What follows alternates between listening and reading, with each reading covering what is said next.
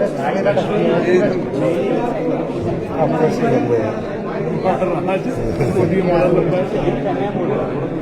आज कर्मचारी चयन आयोग को लेकर के आपने बड़ी बात कही है कि 3 महीने के अंदर जो विजिलेंस में मामले फंसे हुए हैं, जो पेपर लीक के मामले हैं, वो पूरे हो जाएंगे। सर, क्या है सर?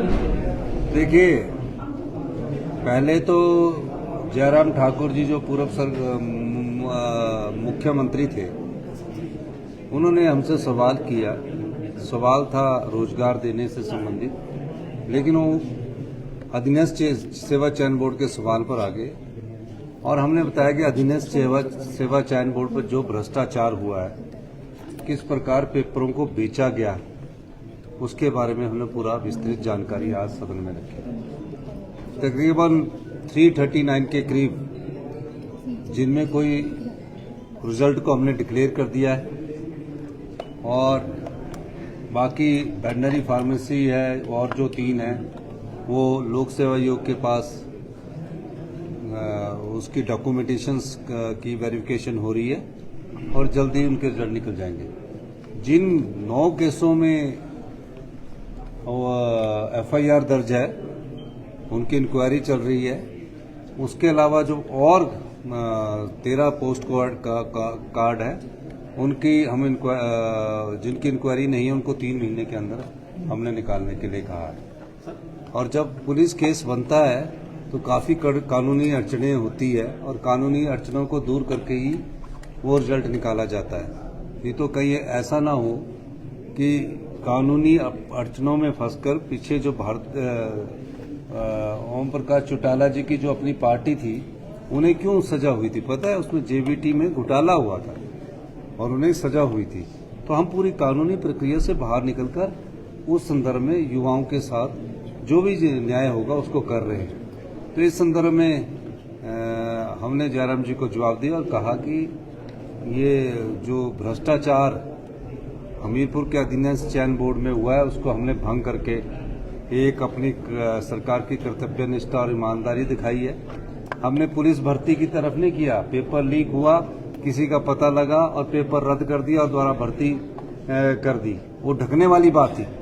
हमने युवाओं के साथ हिमाचल के जो आने वाले समय में और भी एग्जाम दे रहे हैं, उनके भविष्यों के साथ खिलवाड़ नहीं किया और हमने कहा कि ट्रांसपेरेंट मैनर में आने वाले समय में भर्तियां होंगी और उसके लिए हमने हमीरपुर जिला में राज्य चयन आयोग का गठन कर लिया है। सर, 1 सप्ताह के भीतर रिजल्ट निकालने और 10,000 नौकरी देने की बात की सर?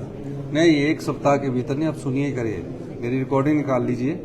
मैंने ये कहा कि इस वर्ष हम 10,000 लोगों को रोजगार के नौकरी देंगे और 10,000 इस साल यानी 31 मार्च से पहले हम 10,000 लोगों को रोजगार देंगे और बैच वाइज भर्ती की प्रक्रिया अभी मेरे ख्याल जल्दी ही शुरू हो जाएगी। रिजल्ट निकालने को लेकर बोला सर? रिजल्ट निकालने वाला जो 1 हफ्ते के भीतर है, वो हमने वेटनरी फार्मेसी और 2 और पोस्ट कार्ड के रिजल्ट निकालने के हमने डायरेक्शन दिया। सर, ऊर्जा नीति पर एक क्लैरिफिकेशन दे रहे थे आप, जो जयराम नहीं, ऊर्जा नीति पर वो उन्होंने हिमाचल प्रदेश के हितों को बेच दिया उन्होंने। अब क्या क्लैरिफिकेशन देनी है?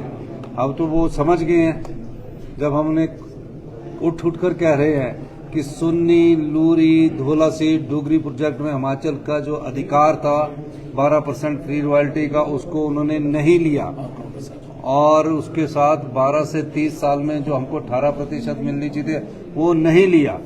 आज तक ऐसा नहीं हो कि 12% को डेफर किया गया हो। 12 से बढ़ाने की बात सभी मुख्यमंत्री ने की है, चाहे शांता कुमार जी थे, चाहे वीरभद्र सिंह जी थे, चाहे धूमल साहब थे। पहली बार ऐसा हुआ कि हिमाचल के लोगों के अधिकार जो है 4% इन प्रोजेक्टों में रख दिए कि हम 4% पहले 10 साल में रॉयल्टी रहेंगे और 10 से 25 साल में फिर 4 से बढ़कर 8% हो जाएगी और 25 से 40 साल में फिर 8 से बढ़कर 12% हो जाएगी। और उसके बाद 40 साल बाद जो प्रोजेक्ट हमको आना चाहिए था वापस, उसको कह दिया कि लाइफ लॉन्ग उन्हीं के पास रहेगा, उसमें से हमारे को 25% फ्री रॉयल्टी देगी। मैंने उस कानून को, उनकी उस नीति को चेंज किया है और हमने सतलुज जल विद्युत निगम को नोटिस दिया है कि आपने विदाउट इम्प्लीमेंट एग्रीमेंट कैसे ये कार्य शुरू कर दिया और इसमें अगर आप हमारे साथ नेगोशिएट करना चाहते हैं या कुछ पत्राचार करना चाहते हैं, मिल बैठ कर आगे करना चाहते हैं, तो हमारी जो नई ऊर्जा नीति आई है उसके अनुसार आप हमारे साथ बैठकर बातचीत कर सकते हैं। सर, कोरोना वारियर्स भी धरने पर बैठे हैं, आपसे भी मिले थे सर, वो मांग कर रहे हैं कि उनका जो नहीं, अभी तो उनकी मेरे ख्याल 30 सितंबर तक है उसके बाद बढ़ाने और उसके बाद जब स्थिति आएगी तब देखेंगे। सर, सीमेंट के दाम बढ़े हैं सर, इसमें भाजपा कह रही है कि लगातार महंगाई बढ़ रही है। देखिए, सीमेंट के दाम जो बढ़े हैं उसकी भी मैंने बोला कि कैसे बढ़े, उसके बारे में पूरी जानकारी प्राप्त की जाए। धन्यवाद।